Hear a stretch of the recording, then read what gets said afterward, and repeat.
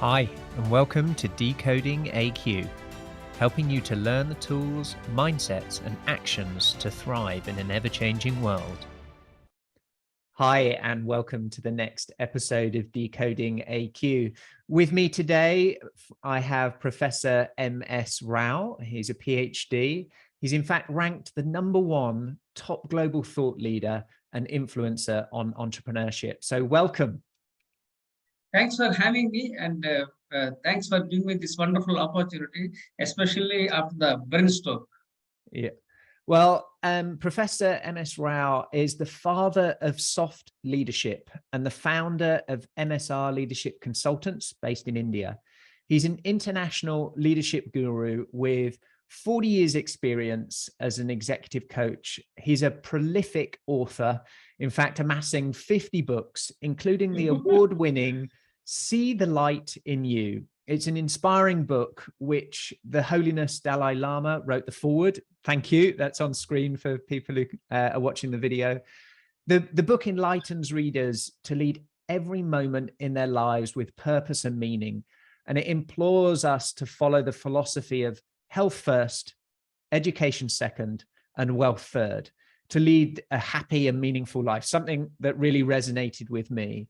But a true inspiration of resilience and determination. In fact, he's recovering after having caught COVID and suffered from a brain hemorrhage, where you were in bed for 5 months and your whole right-hand side was paralyzed. So in recovery, really appreciate your time with us today. And in fact, you have a number of lifetime goals, one of them being 1 million students as global leaders by 2030, and also 2 other little ones that we might dive into, to bag a Nobel Prize and to become the president of India. So my first question, if you had to only choose one of those goals of, building 1 million students as global leaders by 2030, bagging the Nobel Prize, or becoming the president of India, if you had to choose one, which one would it be and why? So it will be building students globally. That means my vision is to build 1 million students as global leaders by 2030. This is my vision, and I'm passionate about sharing my knowledge freely with the world. And I have one of the books titled Vision 2030, 1 million global leaders. For that book, Dr. Kiran Bedi, the first woman IPS officer from India, has written a foreword for this book, and I have dedicated this book to the former President of India, Dr. APJ Abdul Kalam. And this Vision 2030, 1 million global leaders is a non-profit one, and I have trained more than 50,000 students free of cost. And after COVID, things have changed, and I started going online. Then again, the challenges have come. That means I had a brain stroke, and I was on the bed. So that's how the things are. But I am gradually recovering. It's amazing how the body can recover. You mentioned you were unable to speak, and just being practicing again to be able to speak. So it's a real interesting story of resilience of the human body in how we can recover from setbacks. But actually, I think you've had a life of, working in struggle, of overcoming challenges from, a toxic family and having many challenges. Just give us a little bit of some of your background of being in the Air Force, working in a family business before becoming this prolific author and knowledge philanthropist. Thank you. I was blessed to be alive after brain stroke in year 2021. And doctors thought that I won't survive. Literally, doctors felt that I would die, but I survived because of the power of my subconscious mind, and because of the healthy habits that I acquired from Indian Air Force, and because of my positive psychology. And I have mental challenges, physical challenges, and financial challenges. And I was born in a toxic family and grew up in a toxic environment. And I am 59 years old with lots of challenges. I still belong to a lower middle class family. I don't have two-wheeler, I don't have four-wheeler. I have lots of challenges, but I'm still passionate about sharing my knowledge freely with the world. Uh, and after brainstorm, many thought that I won't survive, but I survived. Precisely, I rose like a phoenix of the brainstorm. And in terms of how you feel, so this positive mindset and positive psychology, and also maybe some of the disciplines of how you live your life in a very structured fashion and manner. Do you think that's helped you in the recovery process, being very disciplined about how you structure your life? Yeah, it's a wonderful question. So let me address one of the points. That is, when I was 18, I joined Indian Air Force, and I wanted to serve my country. And I didn't have money, I didn't have resources, and I was short in height, and I was lean built. I had asthma problem, so many health issues I had. So at the age of 18, I had a dream of joining the Indian Air Force.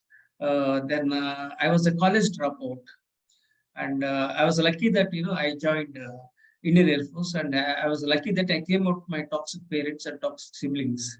Then I acquired a couple of qualifications after I joined the Indian Air Force, and the qualifications including DMB, DSc, MA, MBA, PGDCLL, PGDBM, and my PhD in soft skills in the year 2011.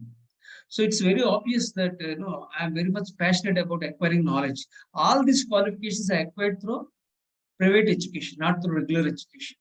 People think I acquired qualifications from Oxford or Kellogg's or from other universities, but the reality is that I was not blessed with regular education.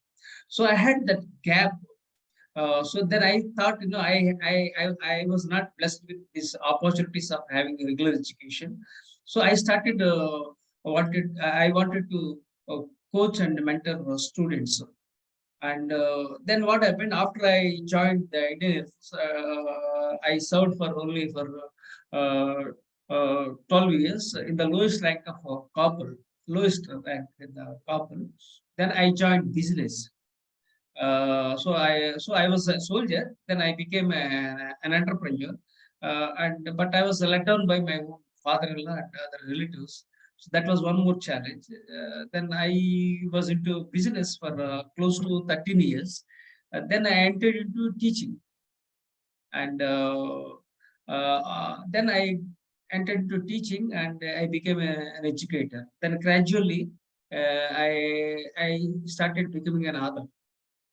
So different hats I Different was phases. donning. Yeah. One first was being born in a toxic family.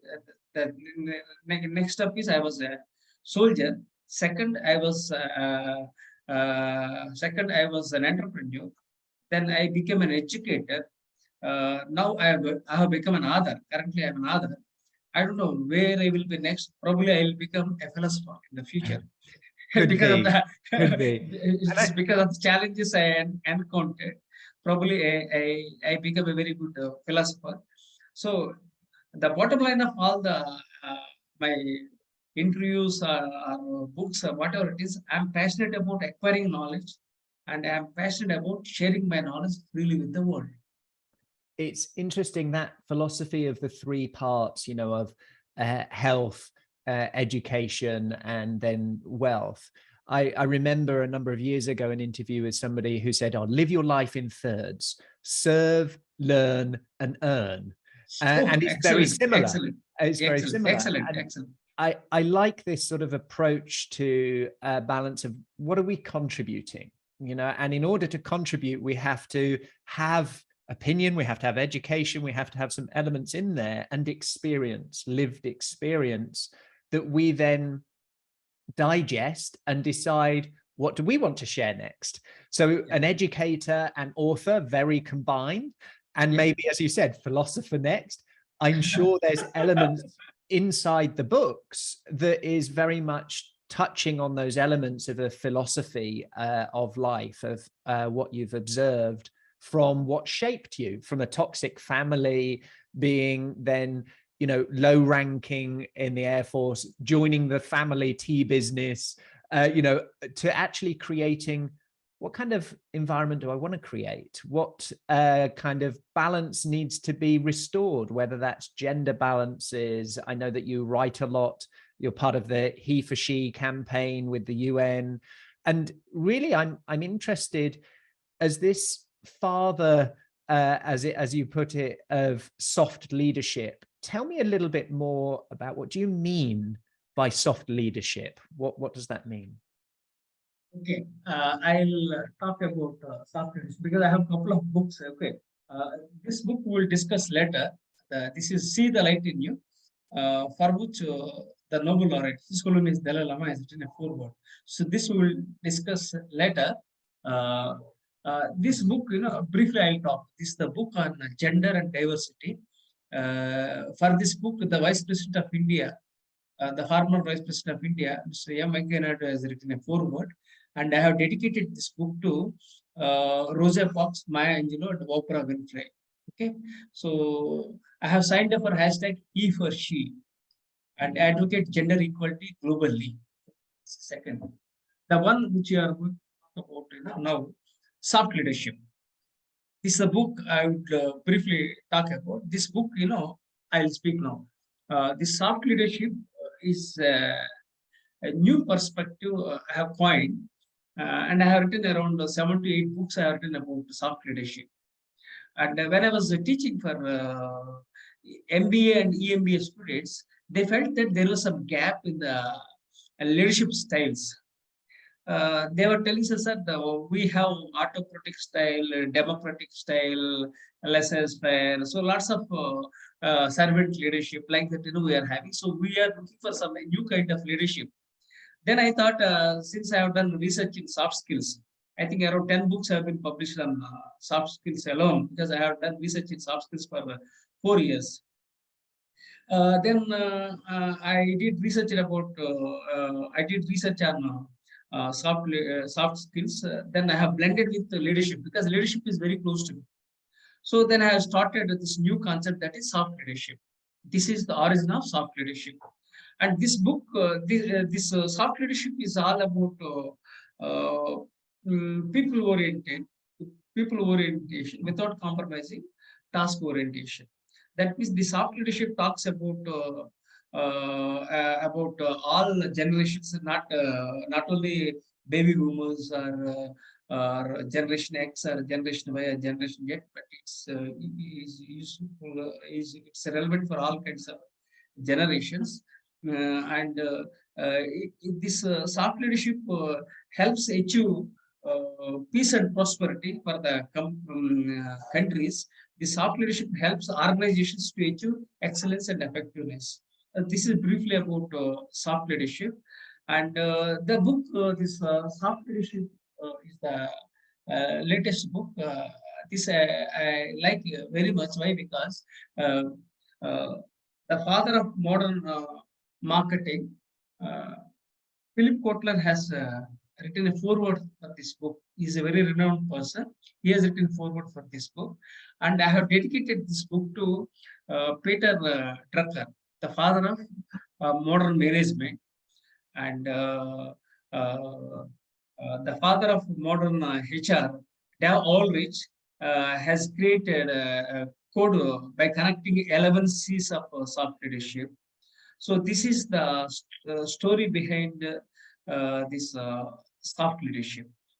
And it's interesting, isn't it, where we are realizing as a society this connection to our soul, to our heart, to our meaning, to purpose. And these terms, hard, soft, and to me, these soft skills, well, they're so critical, they're so essential, and they're part of being human. And as you mentioned, this shift from task focus or management focus to a human, holistic one. And I think you explore that more in the other book that you've mentioned there in terms of seeing the light in you. And I'm interested in sort of the relationship between adaptability and some of the concepts in here.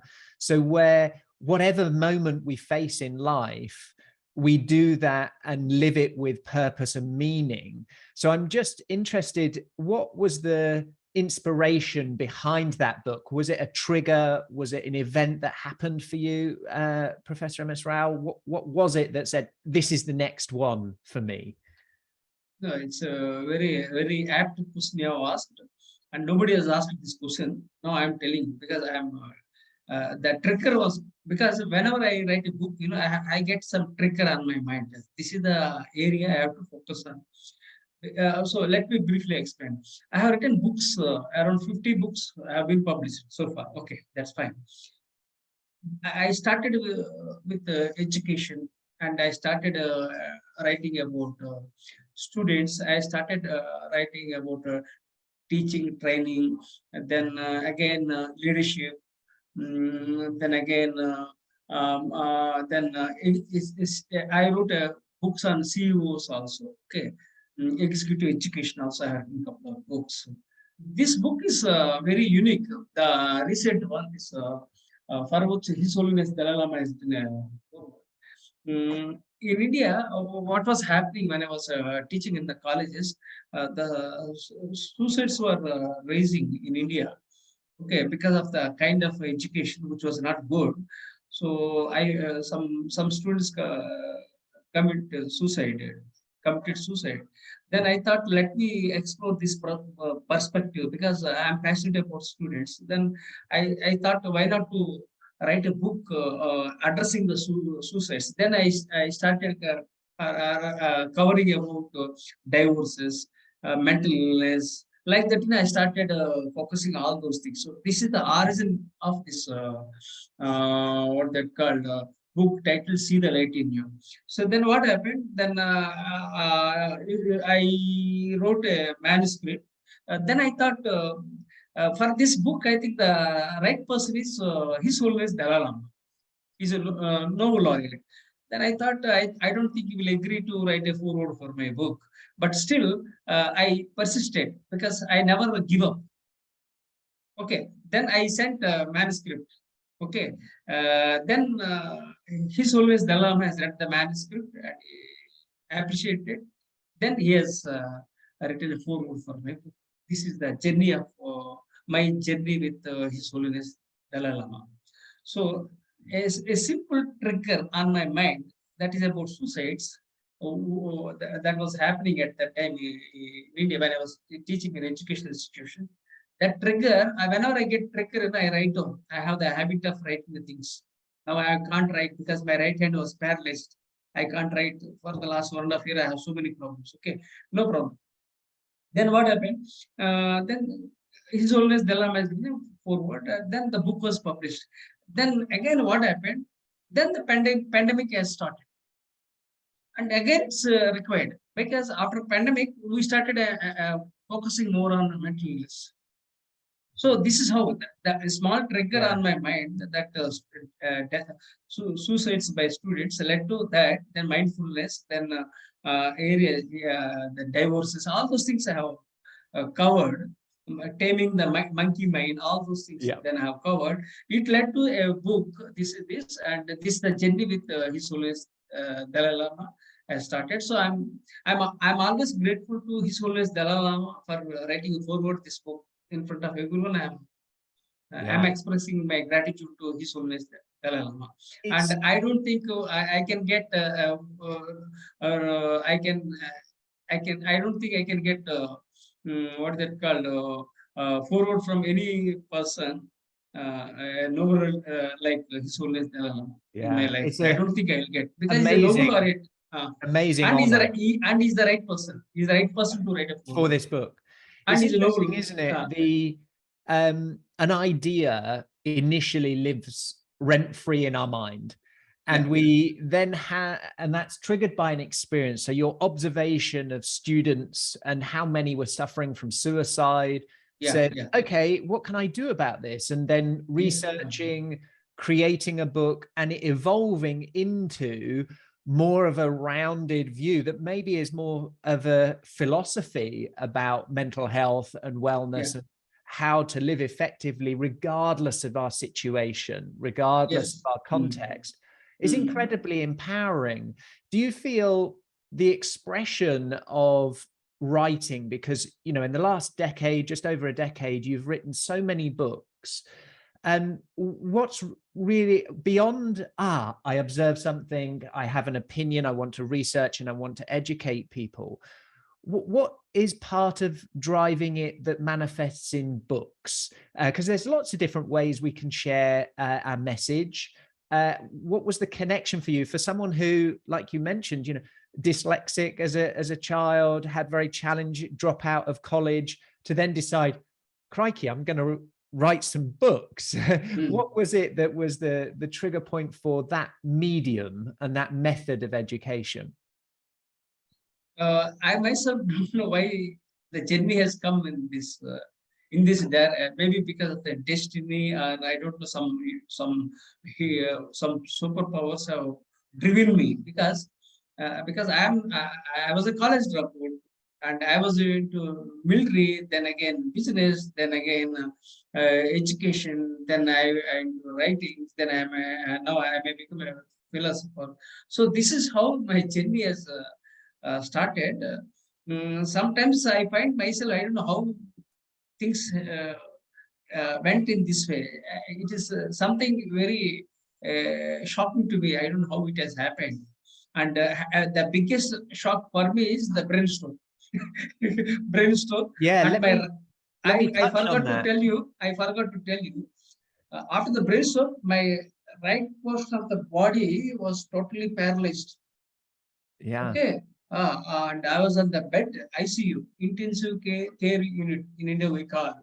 So I was on the bed and I was not able to speak. But even when I collapsed after the brainstorm, I had some inner power, the subconscious mind that is there. So within my mind, you know, yes, I'm all right, I'm all right. And that's what I was telling to within my mind. So that helped me to recover very fast. Otherwise, literally, I would have been dead by the day. But I survived. Okay, now let us move So on to the next question. yeah, the approach, you're very disciplined in terms of how you structure your days, when you get up, what goals you set, and to write that many books, you have to be pretty disciplined, right? Yeah. In terms of what's changed after the brain stroke, both physically and mentally for now, how have you adapted to be able to write? You know, if your right side and your right hand is paralyzed and the control level is different, what have you done practically to now? Do you just use your left hand to type? Do you use audio? What's your actual process now for overcoming that shift in your abilities to continue to write? No, now let me put it. I'm not able to write for the last 1.5 years. I'm telling very clearly. Before brainstroke, I was writing. Okay, let me make it very clear. After brainstroke, I am not able to write. But what I'm doing, you know, I have a couple of articles which have been not published. So then what happened? So we have got one software, that is Grammarly software. So what I use that Grammarly software. Already I had some articles which were not published. So I'm editing and I'm with my left hand, you know, I'm updating. For example, I had, I have 50 books, 48 books, you know. So 2 books extra were added. So like that, you know, I have made some changes and updated. That's what I have done it. So, but I'm not able to write clear now. But once my right hand will be all right, then I'll be able to type, and I want to write a memoir. Either I will write a memoir or my autobiography. I think autobiography will be very lengthy.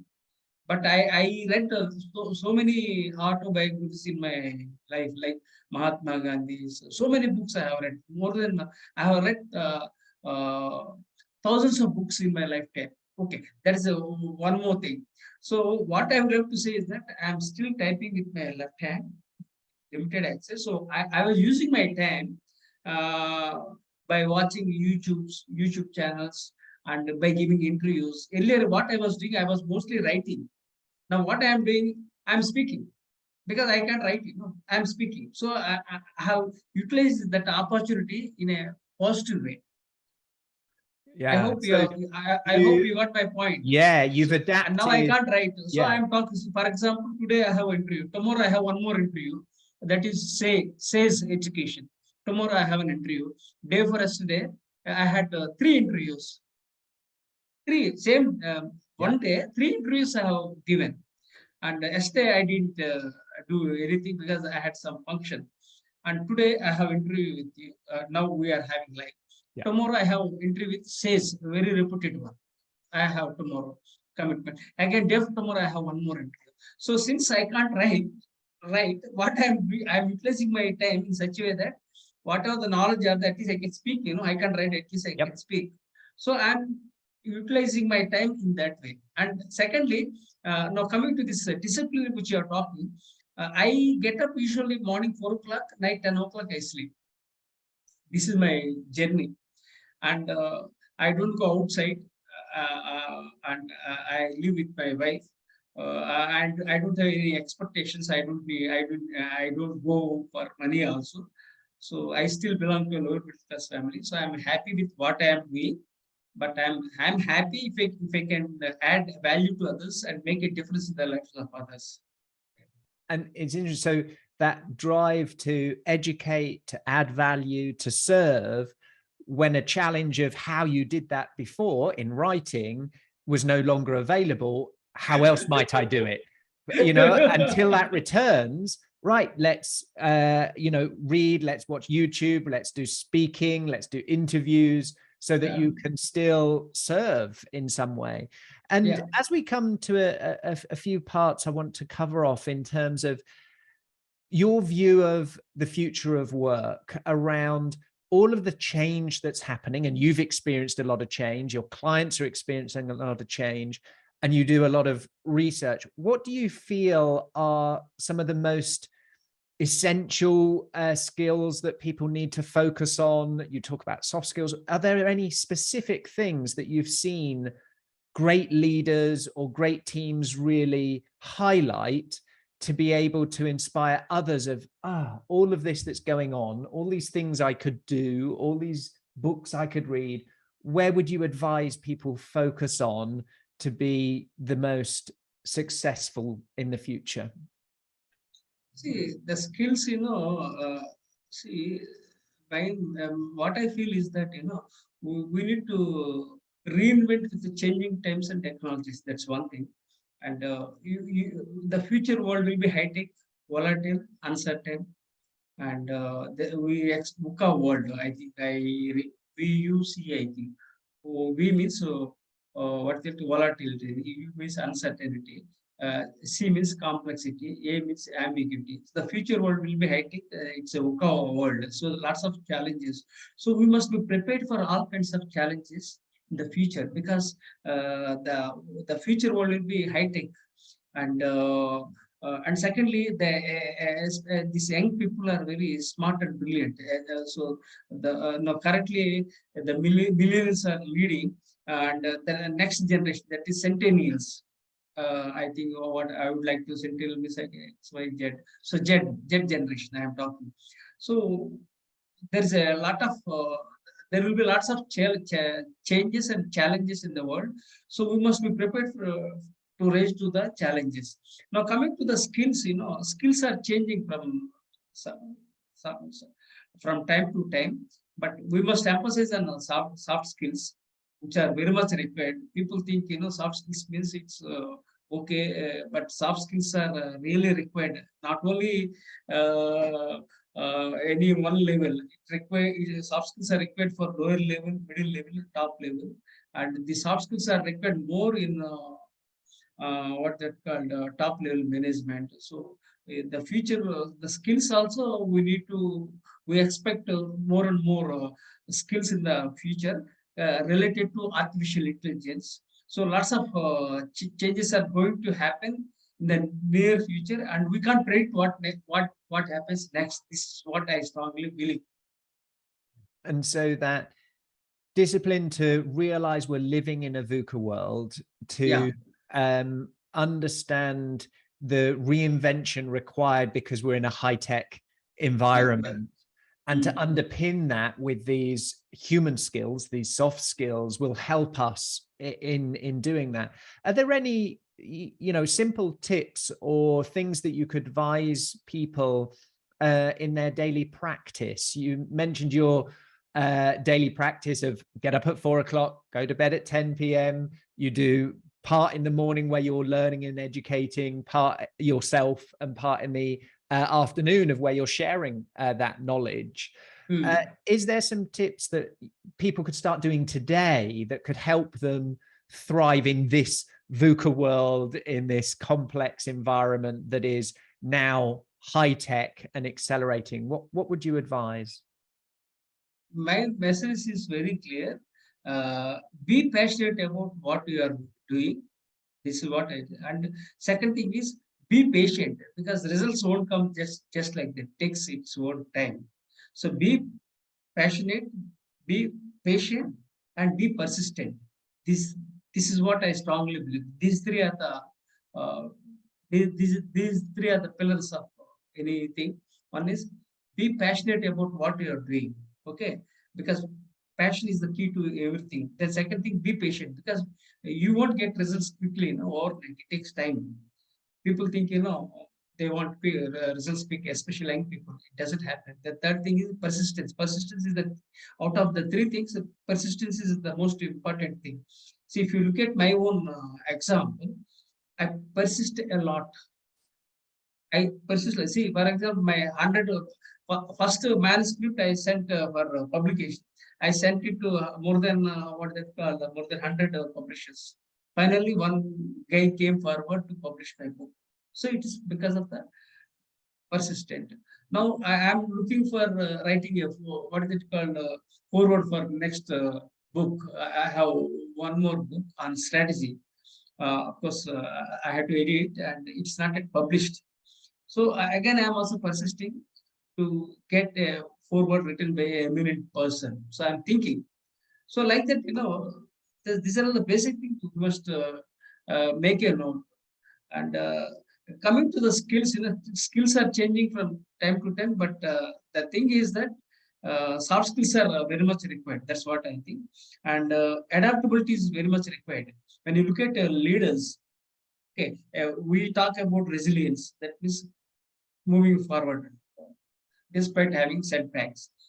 Then we must talk about adaptability. Adaptability is very much required. When you look at leaders, they are adaptable. This is the key thing. Even when you look at leaders from different countries, they adapt, they survive. And also we need to change with the changing times and technologies, because what is relevant today may not be relevant tomorrow. And I think Alvin Toffler, I think he said something. You have to learn, unlearn, and relearn. You must learn, unlearn, and relearn. Yeah. So these are all, so many things are there to discuss, but I just highlighted only the basic things which are required, which is just I have distilled the best from my mind. I'm sharing with you. So this is the best. This is the wisdom that has come from my mind. Yeah. So it has come to you. And those principles, the 3 Ps of passion, of perseverance, and the other one, which was patience.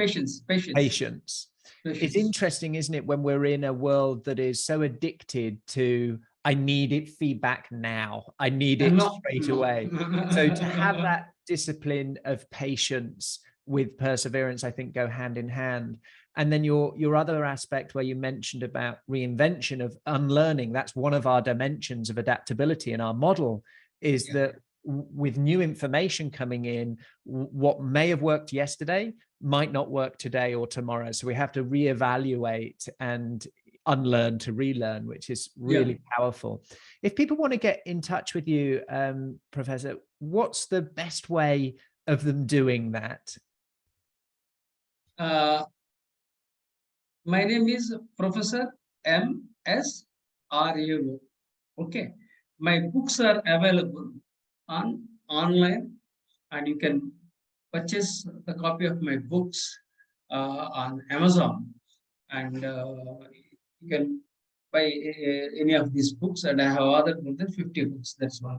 Then I have 2 YouTube channels, so I keep sharing my knowledge regularly with the world. Okay, whether we get results or not, I don't mind, but I keep doing it. Okay, keep sharing, keep doing patience because, and perseverance. No, passion. What is that called? What is it? Be passionate and be patient and be persistent. Okay, these 3 are the goals. Okay, now coming to this one.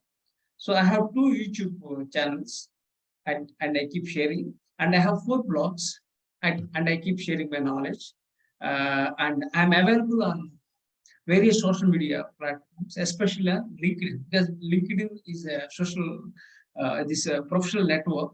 I have got connected. I have connections, great connections with many people. So I keep sharing my knowledge on various social media platforms. This is how you can reach it. So this is the book. I'm very. This book is very close to my heart. Yeah. So. It's Professor M.S.Rao. We'll put the links in the show notes, and also to the book. If we could recommend one, it would be See the Light in You. We'll link to that as well on Amazon, the YouTube 2 channels and the 4 blogs. It's been a real pleasure and privilege to hang out, to learn from you. And I wish you a recovery that allows you to do all the things you wish to do. And even I'm very confident whatever you set your mind to, you will achieve, and the world is better for it. So thank you very much for your time. Thank you. And I'm grateful to you for giving me this wonderful opportunity. And nowadays people are very much busy. No one cares for anybody. This is how the attitude. And some people, they don't have commitment, but you exactly, you are so punctual that exactly same time you came for the show. Some people they go here and there. I'm from military. I'm very punctual. Okay, you are also very punctual. That is second. The third thing is you grabbed the triggers which came to my mind. And fourth point is that you have discovered my own potential through the interaction and interview. So it's a learning from everyone. It's not that I'm giving knowledge. You are also giving. It's an exchange of knowledge. That's what I believe. It's not one way. People think you have asked and I have told. People think like that. I never think in that way. I think that it's an exchange of knowledge, which is very much required for everyone. Okay, and also people have some structured questions. Apart from that, you have the liberty